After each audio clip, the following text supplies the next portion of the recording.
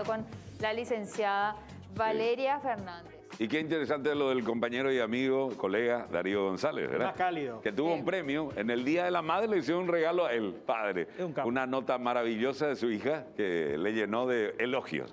Y eso es recibir en vida una premiación. Sí, ya estamos con nuestro Zoom, la licenciada Valeria Fernández. A ver, Valeria, muy buenos días. ¿Estás ahí? Sí, muy buenos días a todos. ¿Cómo estás, Sani? ¿Cómo estás, Rubén?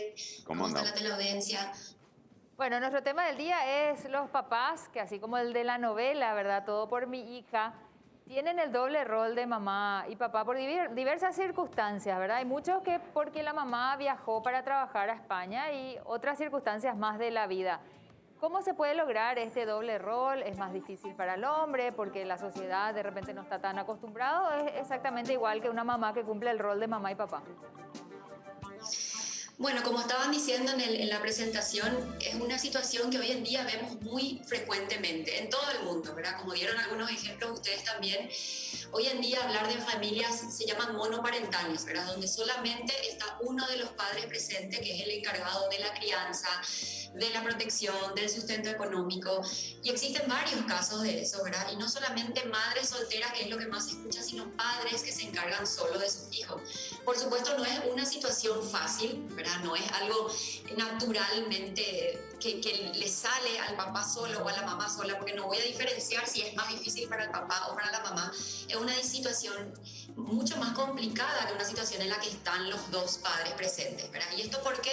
Porque genera mucha más presión y mucha más responsabilidad para ese progenitor, para ese padre que se está encargando del hijo o de los hijos. Y depende mucho también de por qué se da esta situación. Como hablaban ustedes, hay veces que puede ser por enfermedad de uno de los miembros, en otros casos puede ser por el fallecimiento de uno de ellos. Hoy en día, con esta pandemia, se dieron muchísimos casos de familias monoparentales a causa del aislamiento, ¿verdad? Porque se dieron casos en todo el mundo de familias que fueron separadas forzadamente a causa de la pandemia. Por ejemplo, que una mamá se haya ido a trabajar un tiempo a otro país y justo le tocó la pandemia, ya no pudo volver, se quedó a cargo solamente el papá. O a veces también intervienen los abuelos, entonces también hay otros parientes. Entonces es una situación mucho más complicada y tiene mucho que ver por qué se dio esa situación, ¿verdad? O sea, de dónde viene, si fue una situación forzada, ¿verdad? En el caso de la ausencia forzada de uno de los miembros, ya sea por una causa de la situación, o si es una elección propia, como en el caso de esta persona, de este argentino que estaban hablando, que por voluntad propia decide criar solos o tener hijos por cuenta propia. Hay muchos factores, ¿verdad?, que tienen que estar observados en esta situación, ¿verdad? Por el tema del ejemplo, del rol del papá, que tiene que actuar también como mamá. No quiere decir que el niño va a tener unas secuelas difíciles de solucionar o problemas muy graves en los cuales ya no pueda salir adelante. No, un papá, así como una mamá, puede desempeñar, puede hacer, no digo cumplir los dos roles porque son dos roles distintos, pero puede encargarse, ¿verdad? Y no por eso el hijo va a salir con consecuencias irreversibles. Solo que lo que falta en estos casos es esa imagen, ¿verdad?, materna o esa imagen paterna. Pero ¿qué pasa? Y esto es importante aclarar. ¿Qué pasa en estos casos? Siempre hay otra persona cercana que puede llegar a funcionar como ese modelo, ¿verdad? No quiere decir que funciona como madre, no quiere decir que funciona como padre, pero es un ejemplo femenino a seguir, ¿verdad? O sea, porque muchas veces hay prejuicios que dicen, bueno, si se cría solo con el papá, no va a aprender el rol de la mamá si es mujer o viceversa, ¿verdad? La mujer, las niñas, así como también los niños, siempre buscan otro ejemplo a seguir o otro modelo a seguir. Puede ser una abuela, puede ser una tía cercana, puede ser una amiga de la familia, un amigo de la familia. Entonces, el niño es tan inteligente y tan flexible a todas las edades, sobre todo los niños pequeños, que se van adaptando a las situaciones, ¿verdad? Lo importante es que este padre o esta madre, ¿verdad?, la persona que está a cargo de los niños, sea una persona presente, ¿verdad? Por eso es que se hace difícil a veces congeniar tantas responsabilidades que tiene ese padre, ¿verdad? De trabajar, de sostener. ¿Sí? A ver, licenciada, porque a lo largo de la historia hemos visto que carecía de la figura paterna. Siempre se habla de carecía de la figura paterna. Cuando decimos carecer de la figura materna, ¿qué elementos son los que uno necesita y que son fundamentales para la construcción en todo este proceso? ¿Qué aporta la madre en este proceso? Para entender y dimensionar un poquitito.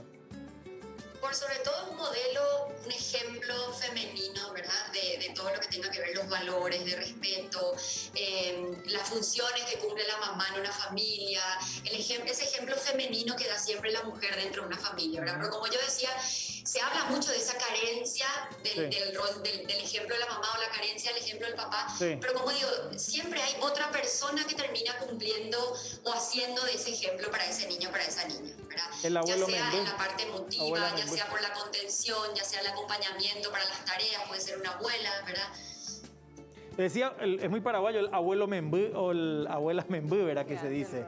Ese sería eso, ¿no? Para entender un poquitito. Exactamente. En nuestra sociedad eso es muy común, pero sobre todo acá en Paraguay es muy común que participen mucho los abuelos, que los chicos se queden en la casa de los abuelos durante la semana mientras que los padres están trabajando. Y eso es una solución generalmente para una familia monoparental, ¿verdad? Cuando el padre tiene que salir a trabajar, entonces el niño generalmente se queda en la casa de uno de los abuelos, si están algunos de los abuelos, ¿verdad? Puede ser una tía, puede ser un tío. Entonces es como que se puede suplantar un poquito ese rol, ¿verdad?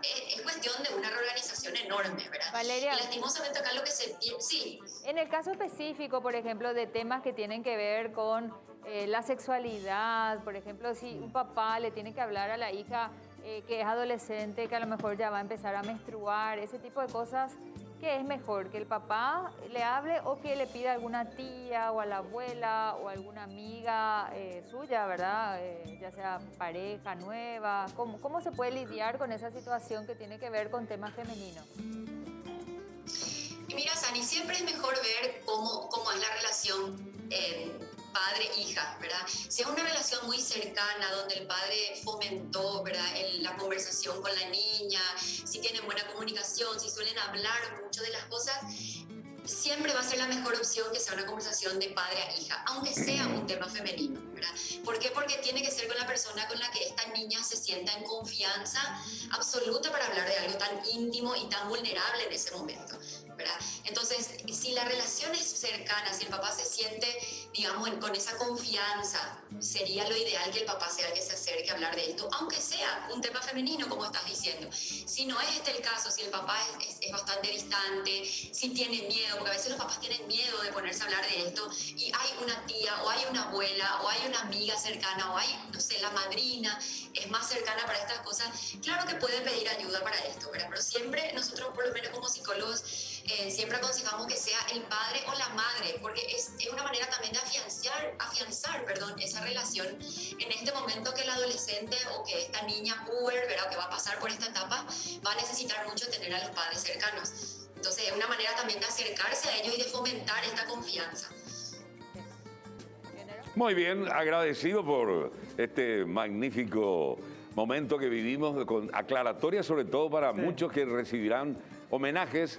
No solamente, son todos hombres nuestros héroes de esta nota, ¿eh? Sí, así que ellos. Un abrazo a todos, y para más famoso, Cristiano Ronaldo y todo, ¿eh? Querido cálido, el más cálido. El más cálido. Agradecemos a la licenciada Valeria Fernández, psicóloga, porque nos estaba hablando de esta manera de las familias monoparentales, ¿verdad? Ya sea mamá, papá. Empezamos con lo de papá nomás y después ya también las mamás, hay muchas mamás solas también. Gracias, licenciada. Muy amable. Un gusto, a las órdenes. Gracias, gracias. Vive la